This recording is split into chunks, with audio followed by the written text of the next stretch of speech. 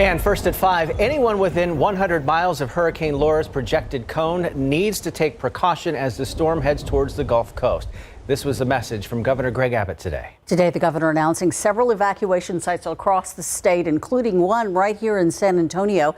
Tiffany Huertas joins us live from the processing center on the east side where evacuees are going to be checking in. Tiffany, how many people are they expecting today?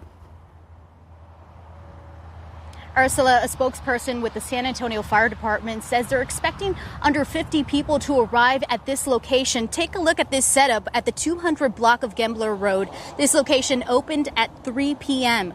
The San Antonio Office of Emergency Management is running this operation. The parking lot has been turned into a site where all displaced residents and evacuees will be checked in, and then they will head to the shelter locations. Locations will not be made public in an effort to prevent potential evacuees from showing up directly to the shelter before being accounted for. Governor Abbott says mandatory evacuations are in place for Jasper, Jefferson, Newton, and Orange County, plus cities of Galveston and Port Arthur.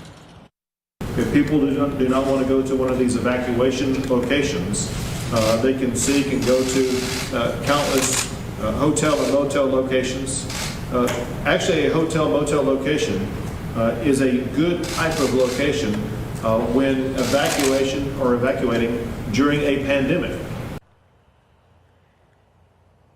Earlier today, San Pedro Manor, a nursing home facility near San Antonio College, received 57 evacuees from a sister nursing home in Galveston. Staff says San Pedro Manor can accommodate 125 residents, and with the evacuees, there will be now a total of 123 residents. Now, at this time, we are not sure when that group will arrive. Stay with us. We'll bring you the latest coming up at 6 p.m. Reporting from the east side, Tiffany Huertas, KSAT 12 News.